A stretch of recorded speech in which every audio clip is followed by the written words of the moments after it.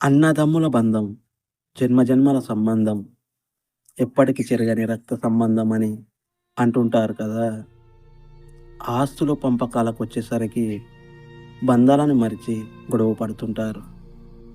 దీనికి కారణం మనలో ఒకరు స్వార్థ బుద్ధితో ఆలోచిస్తున్నారని అర్థం.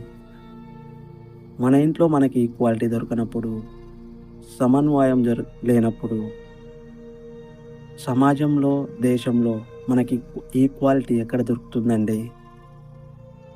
ముందు మనలోని స్వార్థ బుద్ధిని తీసేయండి.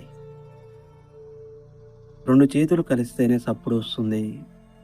నలుగురు కలిస్తేనే ఉద్యమమైన, కుటుంబమైన, సంగమమైన ఏర్పడుతుంది, కొనసాగుతుంది.